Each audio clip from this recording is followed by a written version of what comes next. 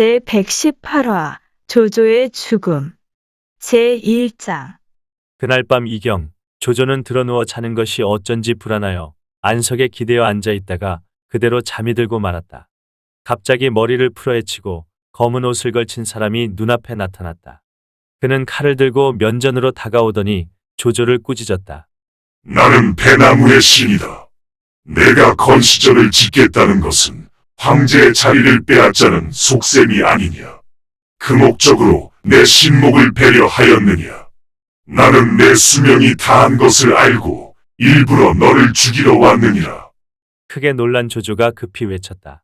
무사들은 어디 있느냐? 저놈을 끌어내라. 그러나 무사들은 오지 않았고 검은 옷을 입은 사람은 칼을 들어 조조를 배려했다.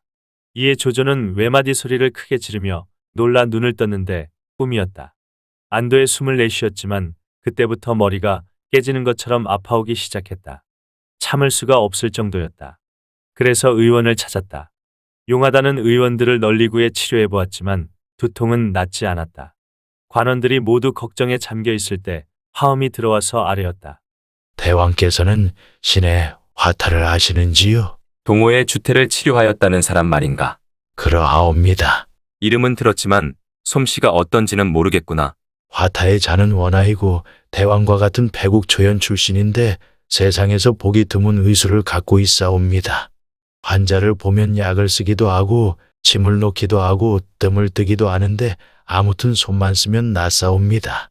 만일 오장육부의 병이 들어 약으로 치료할 수 없으면 마패탕을 마시게 하여 환자가 가사 상태에 이르면 날카로운 칼로 배를 가르고 약물로 내장을 씻어내는데 환자는 통증도 느끼지 못한다고 하옵니다.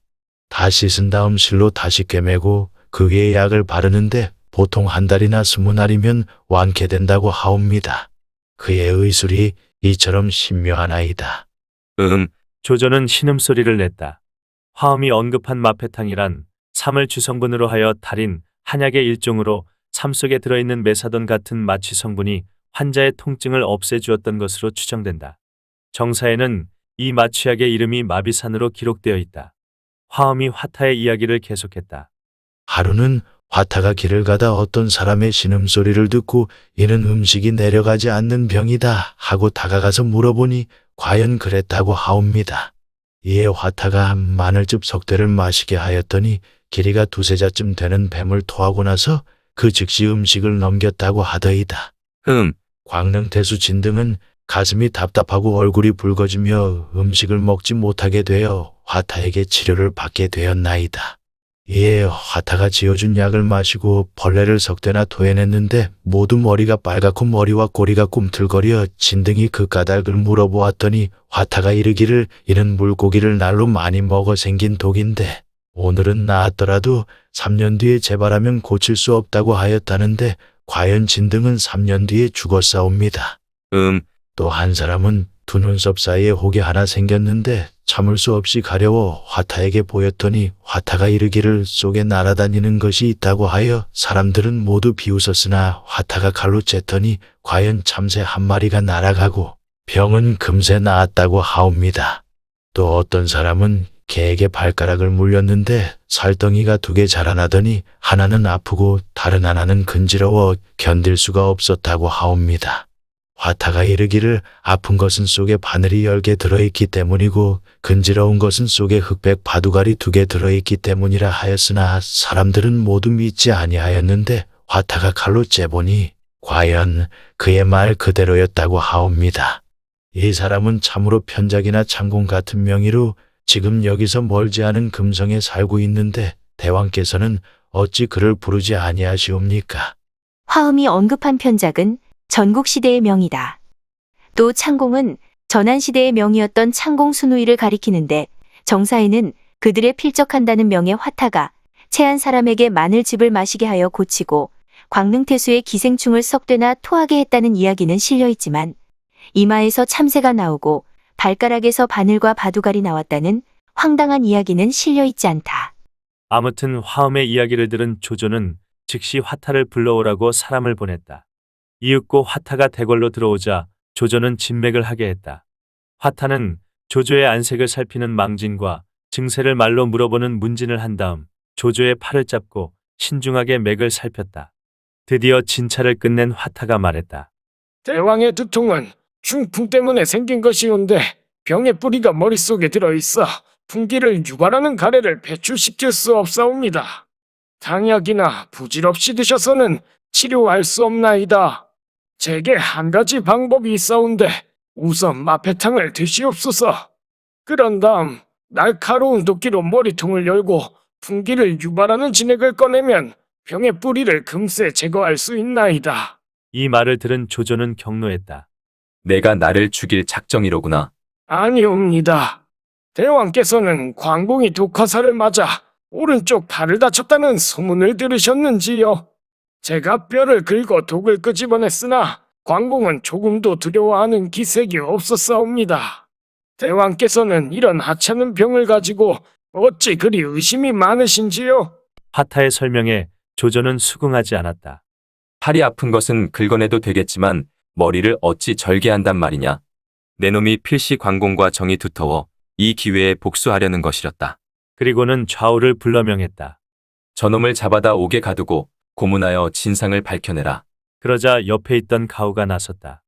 이처럼 용한 의원은 세상에 둘도 없사오니 죽이시면 아니 되옵니다. 아니다. 이자는 기회를 틈타 나를 해치려던 것이니 지난날 나를 죽이려던 어의 길편과 무엇이 다르냐. 용서할 수 없느니라. 조조는 서둘러 화타를 문추하도록 했다. 왜 그런 과민 반응을 보였던 것일까? 유명인사들의 언행을 수집해서 기록한 세설 신화에 따르면 그는 잠잘 때 침상에 아무도 접근하지 못하게 할 정도로 암살을 두려워했던 인물이다. 그래서 바닥에 떨어진 이불을 주워 자기 배를 덮어준 신하를 오히려 칼로 찔러 죽인 일까지 있었다. 그런 그에게 뇌를 갈라 수술하겠다는 것은 암살이 도로밖에 파악되지 않았던 것이리라. 이에 명예화타는 꼼짝없는 살인용의자로 몰려 옥에 갇히게 되었다.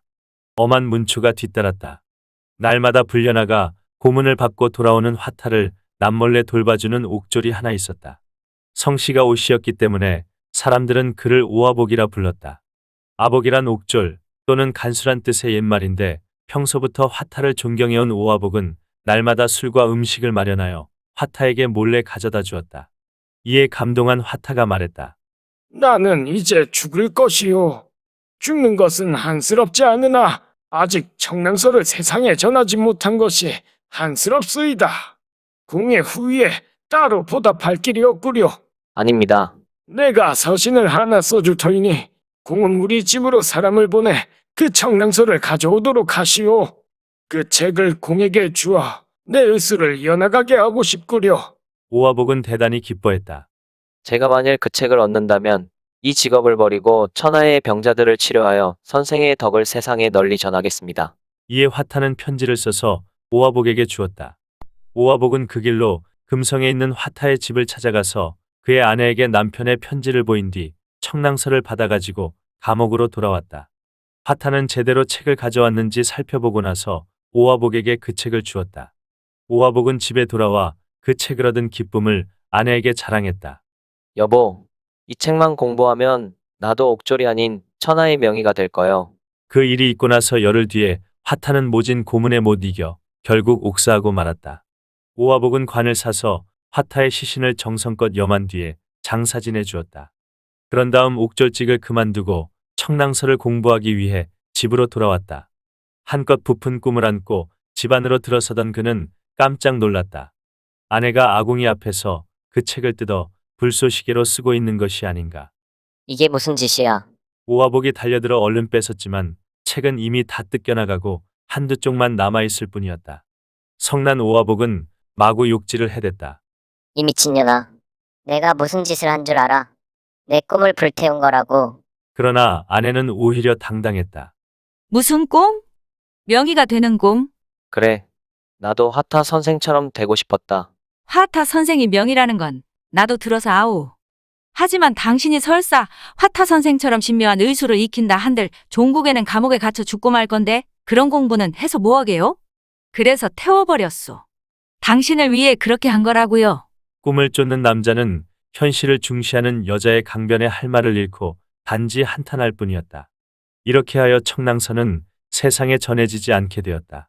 전해진 것이라곤 타다남은 한두 쪽에 실려있던 달과 돼지 등을 거세하는 하찮은 방법뿐이었다. 후세 사람은 이 일을 두고 다음과 같이 시로 읊었다. 화타의 의술은 장상군의 비할지니 담너머를 보듯이 신묘히 진단하네. 애석타 사람 죽자 책도 사라졌으니 후세 사람 청랑서 다시 보지 못했네. 시에 나오는 장상군은 담 저편의 사람도 꿰뚫어 볼 수 있고 오장육부의 암까지 모두 볼 수 있었으나 일부러 맥을 짚어 아느냥 하였다고 사기가 기록한 전국시대의 명예 편작에게 비전의 의술과 책과 처방전을 전해준 스승이었다. 제2장 화타를 죽인 뒤로 조조의 병세는 더욱 악화되었다. 그런데다 동호와 총나라에 대한 일까지 걱정해야 했던 그에게 갑자기 측근 신하가 들어와서 아뢰었다. 동호의 사자가 서신을 가지고 왔나이다. 조조가 편지를 받아 열어보니 그 내용은 대강 다음과 같았다. 신 손권은 오래전부터 하늘의 명이 이미 주상께 돌아간 것을 알고 있었나이다. 엎드려 바라옵건대 어서 높은 자리에 오르시고 장수를 보내 유비를 무찔러 없애신 뒤 동천과 서천을 평정하소서. 신은 곧 아랫사람들을 데리고 가서 땅을 바치고 항복하겠나이다. 편지를 읽고 난 조조는 크게 웃으며 그 편지를 신하들에게 돌렸다. 하하하하. 이 아이가 나를 화롯불 위에 앉히려 하는군. 그러자 앞에 있던 시중 진군 등이 아뢰었다. 한나라 황실은 이미 기운 지 오래고 전하의 공덕만이 우뚝하니 백성들은 모두 우러러보고 있나이다. 이제 성권이 신하라 칭하며 귀순하니 이는 하늘과 사람이 서로 응하고 길을 달리한 소리를 모두 함께 내는 것이옵니다.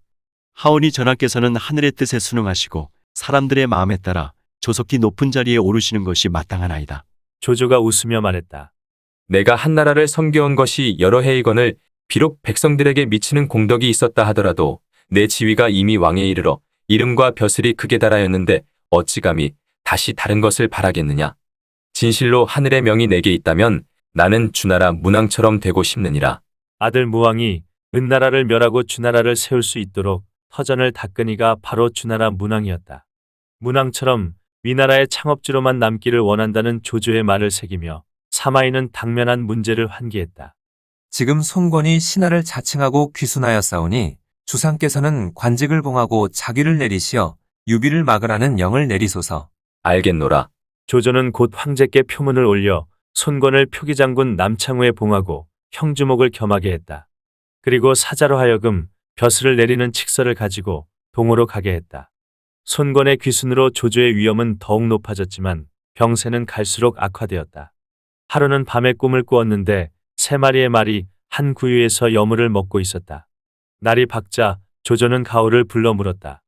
나는 지난날에도 3마리의 말이 한 구유에서 여물을 먹는 꿈을 꾼 일이 있는데 그것을 마등 마휴 마철 삼부자가 화근이 되리라는 식으로 해몽하였다. 그런데 지금 마등 삼부자는 죽고 없는데 어젯밤 다시 3마리 말이 한 구유에서 여물을 먹는 꿈을 꾸었으니 이 무슨 징조란 말인가. 조조가 꿈에서 보았다는 3마리의 말이란 뒤에 위나라를 말아먹고 진나라를 세우게 되는 사마이와 그의 두 아들 사마사 사마소를 가리킨 것이다.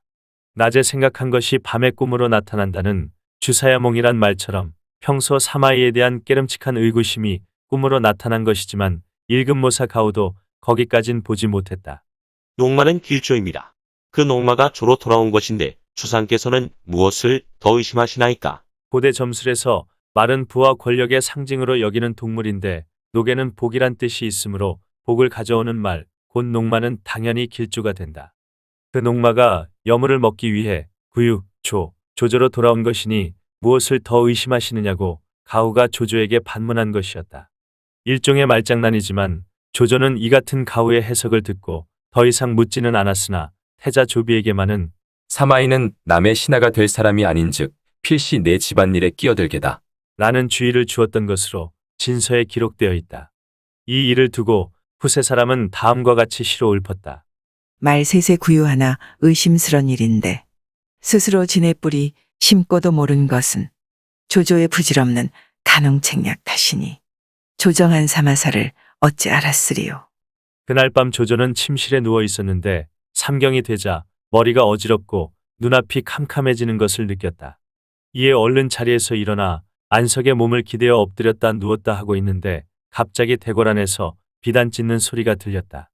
조조가 깜짝 놀라 허공을 바라보니 복황후, 동귀인, 두 황자, 보관, 동승 등 20여 명이 피투성이가 된 채 칙칙 칙칙한 구름 속에서 외치고 있었다. 이놈 조조야, 내 목을 돌려다오. 조조야, 내 몸을 내놓아라. 역적 조조야, 목숨을 돌려놓아라. 조조는 급히 칼을 뽑아 허공을 향해 휘두르는데 갑자기 벼락이 우르쾅쾅 궁궐 서남쪽에 떨어졌다. 이에 놀란 조조가 바닥에 쓰러지니 측근 신하들이 그를 구해 별궁으로 옮겨 몸조리를 했다. 제3장. 다음날 밤에도 전각 밖에서 또다시 남녀의 곡소리가 그치지 않고 들려왔다. 날이 새자 조조는 여러 신하들을 불러 말했다. 나는 30여 년 동안 전쟁의 와중에 있었지만 아직까지 괴이한 일을 믿은 적이 없다. 그런데 지금 어찌하여 이런 괴이한 일이 벌어지는 것이냐? 대왕께서는 도사를 불러 제단을 차리고 기도를 드려 액을 물리치게 하소서. 신하들이 그렇게 아뢰자 조조는 한숨을 쉬며 말했다. 아니로다. 공자님께서 하늘에 죄를 지으면 빌 곳이 없다고 하셨느니라. 4명이 다하였는데 빌어본들 무슨 소용이 있겠느냐. 그리고는 끝내 제단 차리는 것을 허락하지 않았다. 다음 날 답답한 기운이 윗몸으로 치솟더니 눈으로 물건을 볼 수 없게 되자 조조는 뒷일을 상의하려고 급히 하우돈을 불렀다. 이에 하우돈이 대궐 문 앞에 도착하니 문득 복황후, 동귀인, 두 황자, 보관, 동승 등이 검은 구름 속에 서 있는 모습이 보이는 게 아닌가. 너무도 놀라 나머지 하우돈은 정신을 잃고 쓰러졌다. 좌우에서 부축하여 자리를 옮겼지만 이 일로 하우돈은 그만 병이 나서 드러눕고 말았다. 하우돈이 오지 못하게 되자 조조는 다시 조홍, 진군, 가후, 사마의 등을 불렀다. 그들이 병상으로 다가오자 조조는 후사를 부탁했다. 조홍 등이 모두 머리를 조아리며 말했다. 대왕께서는 부디 옥체를 보증하소서 머지않아 쾌차하실 것이옵니다. 고맙다. 허나 내가 천하를 주름잡은 지 30여 년이 지났다. 그동안 여러 영웅들을 섬멸하였지만 강동의 손권과 서촉의 유비만은 아직 소탕하지 못하였다. 이제 나는 병이 위독하여 경들과 이야기를 다시 나눌 수 없을 것 같으니 특별히 집안일을 부탁하려 한다. 예, 말씀하옵소서. 나의 장자 조왕은 유씨 소생이나 완성에서 일찍 죽었다. 변씨 소생으로 조비, 조창, 조식, 조응의 4아들이 있는데 내가 평생 사랑한 것은 셋째 아들 조식이었다. 그러나 사람됨이 겉만 번드르르 하고 실속이 없으며 성실하지 못한 데다가 술을 좋아하고 몸가짐이 제멋대로이니 세자로 세울 수가 없다. 둘째 아들 조창은 용감하기만 할 뿐 지략이 없고 넷째 아들 조응은 병치레가 많아 오래 살기 어려울 것이다. 오직 맏아들 조비만이 인정이 도탑고 성실하며 공순하고 조심성이 있으니 내 업을 이어나갈 만하다. 경들은 마땅히 그를 옆에서 잘 보필하도록 하라. 조홍 등이 흐느껴 울면서 명을 받고 물러나왔다. 조조는 측근 신하에게 명해 평소 간직해두었던 이름난 향을 가져오라 하여 자기를 모시던 시녀들에게 나눠주며 이렇게 당부했다. 내가 죽은 뒤 너희들은 여자들이 할 만한 일을 부지런히 익히도록 하라. 명주실로 만든 신발 같은 것을 많이 짜서 팔면 돈을 벌어 스스로 먹고 살아갈 수 있을 것이다. 또한 여러 첩들을 불러 명했다. 그에게는 부인 변씨 이외에 13명의 첩들이 있었다. 모두 동작대에 모여 살도록 하라. 날마다 제사를 지낼 때 반드시 기녀들로 하여금 음악을 연주하고 음식을 바치도록 하라. 죽기 전 조조는 이런저런 유언들을 시시콜콜 남겼다. 이에 대해 북송의 시인 소동파는 병들어 죽기 전 가득 모인 자손들 눈앞에서 훌쩍훌쩍 울며 첩들의 미련이 남아 향을 나누어주고 신발을 만들어 팔며 옷가지를 처리하라니 평생 간사하고 거짓되게 살다가 죽을 때가 되어서야 본래의 성품을 보인 것이라고 평하기도 했다. 조조의 유언은 계속되었다. 창덕부 강무성 밖에 가짜 무덤 72개를 만들어 내가 어느 무덤에 묻혔는지 후세 사람들이 알지 못하게 하라. 뒷날 누군가 자신의 무덤을 파낼까 두려워 그런 유언을 남겼다는 것이다. 조조가 언급한 창덕부는 당시 업도로 불렸고 수나라와 당나라 시대에는 상주로 불리다가 금나라 때에 와서 창덕부라 불리기 시작했다. 그 후 원나라와 명나라가 이 지명을 그대로 답습하면서 창덕부가 된 것인데 원나라 말기와 명나라 초기에 살았던 나관중이 자기 시대의 명칭에 따라 작품에 기록한 창덕부는 금일의 하남성 안양현이다. 그가 묻힌 곳이 창덕부가 맞느냐는 의문도 있었지만 창덕부 곧 금일의 안양현에서 2009년 조조의 진짜 무덤이 발견되었다는 중국 하남성 문물국의 공식 발표가 보도됨에 따라 이 같은 의문은 해소되는 듯했으나 고고학자에 따라서는 여전히 의문을 제기하는 사람도 있다. 또 살아생전 사치를 배격하고 검소한 생활을 추구했던 조조의 무덤에 도굴할 만한 무엇이 묻혀 있다고 의총 곧 가짜 무덤을 72개나 만들었겠느냐는 의혹도 있다. 삼국지연의에는 조조가 간신 또는 간웅으로 묘사되어 있지만 조조 자신은 스스로를 간신이나 간웅으로 생각한 일이 없다. 또 자신의 후손이 황제 자리를 이어나가면 자기 무덤을 도굴하기는커녕 건드릴 수조차 없을 터인데 무엇이 두려워 가짜 무덤을 72개나 만들었겠느냐는 것이다. 따라서 후한서 자치통감 등 정식 사서에는 가짜 무덤 72개를 만들라는 조조의 유언 기록이 발견되지 않는다. 따라서 가짜 무덤 72개의 전설은 아무래도 삼국지연의의 작가가 의심 많고 간교한 조조의 이미지를 부각시키기 위해 한간에 떠돌던 이야기를 차용한 것이 아니었겠느냐는 견해가 유력하다. 실제로 조조의 가짜 무덤을 언급한 글은 대개 송나라나 원나라 때의 개인 문집에서 많이 발견되는데 그 근거는 암살을 극도로 두려워했던 조조의 성격으로 보면 가능하지 않았겠느냐는 일종의 추론 같은 것이다. 아무튼 유언을 마친 조조는 한숨을 길게 내쉬며 비오듯 눈물을 흘리더니 잠시 후 숨을 거두었다. 건한 25년 봄 정월, 조조의 나이 66세 때의 일이었다. 후세 사람이 조조의 삶을 엎중간한 노래에 담은 것이 있는데 그 내용은 다음과 같다. 성이름 업성이여 강이름 창수인데 이인이 일어난 곳 바로 여기였으니 지략에다 풍류에 글 또한 뛰어나고 신하들을 부영과 자식처럼 여겼네. 영웅의 가슴속을 속이니 어찌 알고 안목 낮은 사람이 들고 남 어찌 알고 공으뜸 죄도으뜸 두 사람이 아니지. 구린내도 향기도 본래는 한 몸인걸. 문장에 혼이 있고 패도에도 기 있어. 어찌 속된 무리와 구차히 섞였으랴. 물마가 대를 쌓고 태양산과 겨루대. 기세와 이치 따라 몸 높이 조절하네. 이런 사람 그 어찌 역적질 아니하고 작게는 패자되고 크게는 왕 됐으랴. 패왕도 병 앞에선 아이처럼 울면서 어쩔 도리 없음에 속으로 투덜대나. 흠양을 올려봐도 소용없음 알기에 명양을 나눴으니 무정타곤 못하리. 어즈버 고인이 했던 일은 크기에 관계없이 적막하든 호화롭든 다 뜻이 있는 건데 서생들이 함부로 묻힌 자를 논하나 무덤에선 그런 서생 객기를 비웃으리. 제4장 예측에 보면 조조는 약간 쥐새끼 같은 표정으로 허리를 구부리고 걷는 모습이 실려 있다. 간신의 정형화다. 소동파가 쓴 글에 보면 이런 대목이 나온다. 송나라 시대에는 삼국지 이야기를 팔아먹고 사는 저작거리의 이야기꾼이 있었는데 구경꾼들은 유현덕이 졌다는 소리를 들으면 미간을 찌푸리고 눈물을 흘리는 자도 있지만 조조가 졌다는 소리를 들으면 기뻐 환호성을 질렀다는 것이다. 이는 송나라 이후 일반인들 사이에 정착한 유비는 높이고 조조는 깎아내린다는 이른바 존유평조의 인식을 보여주는 대목이다. 그 정도의 악당 이미지가 조조에게 생겨난 것은 소설 삼국지, 곧 삼국지연의의 영향 때문이었을 것이다. 그런데 위에 소개한 업중가 속의 조조는 원작이 그리고자 했던 유비는 옹호하고 조조는 반대한다는 옹유반조의 분위기와는 사뭇 다르다. 오히려 정사를 지필한 진수의 글과 비슷한데 참고로 조조에 대한 정사 삼국지의 인물평을 소개하면 다음과 같다. 한나라 말기에 천하가 크게 어지러워지자 영웅오걸들이 나란히 일어났는데 원소는 주변 사계주를 호시탐탐 엿볼 정도로 강하였기 때문에 맞설 자가 없었다. 그러나 태조는 계획을 짜고 계략을 펼치며 천하를 닥달하였다.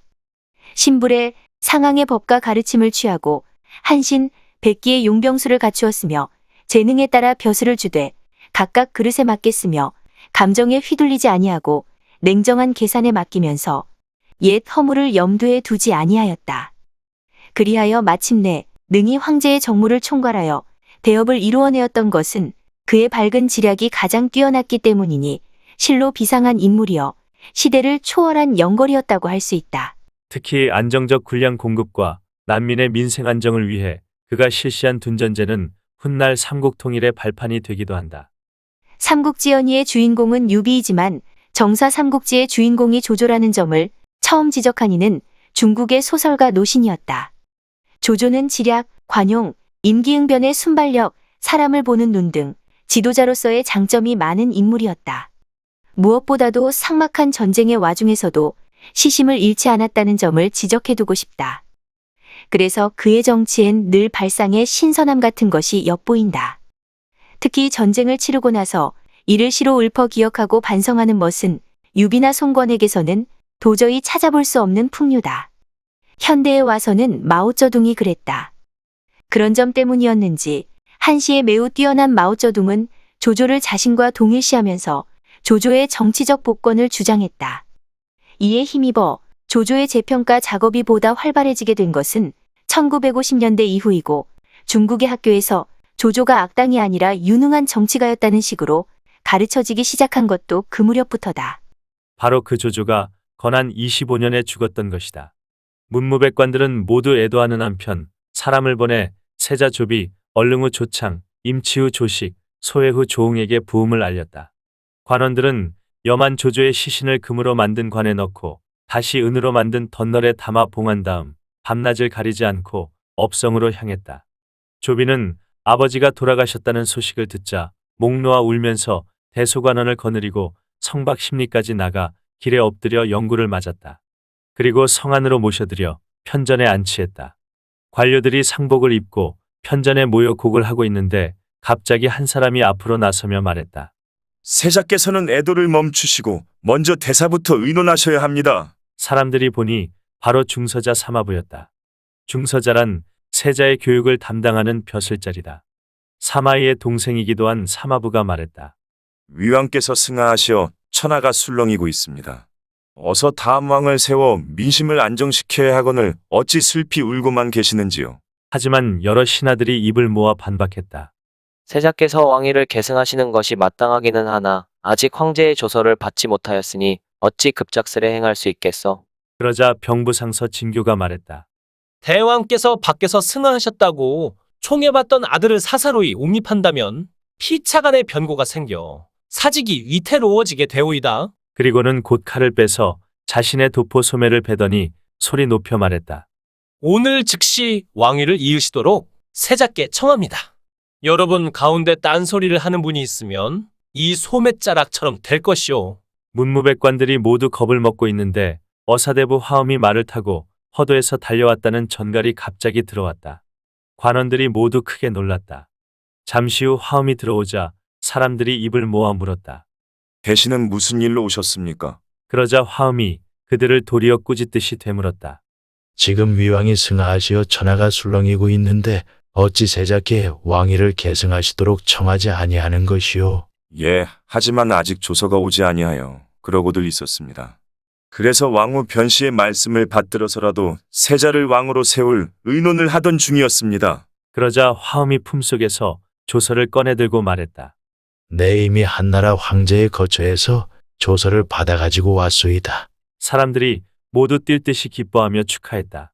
화엄은 손에 든 조서를 펴서 읽기 시작했다. 알고 보니 그는 위나라에 아첨하여 일신상의 영달을 도모하려고 이 조서의 초안을 직접 작성하여 헌제를 윽박질렀던 것이다. 헌제는 그 말을 따를 수밖에 없기에 조서를 내려 조비를 위왕으로 삼고 승상 겸 기주목에 봉했다. 이 같은 조서에 따라 조비는 그날로 왕위에 올라 대소신료들로부터 서서 2번 절하고 소매를 여민 후 앉아서 작은 절을 하고 다시 일어나서 2번 절하는 배무기거의 예를 받았다.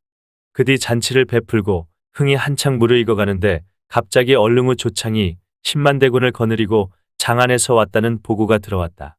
조비는 크게 놀라 신하들에게 물었다. 누런 수염을 한 내아오는 평소에도 성정이 억센데다 무의에 정통하였소. 지금 멀리서 군사를 이끌고 온 것은 나와 왕위를 다투려는 것이니 이를 어찌하면 좋겠소. 그러자 문득 계단 아래서 한 사람이 앞으로 나서며 말했다. 그 일을 신에게 맡겨주이소. 신이 가서 얼릉우를 만나 뵙고 간단한 말로 그의 의지를 꺾어놓겠나이다. 모든 사람의 눈길이 호언장담하는 자에게로 일제히 쏠렸다. 읽어주는 고품격 삼국지는 다음 화도 계속됩니다. 이번 이야기를 재미있게 읽으셨다면 좋아요와 구독을 눌러주세요. 그리고 작품을 해설하는 프롤로그도 꼭 읽어주세요.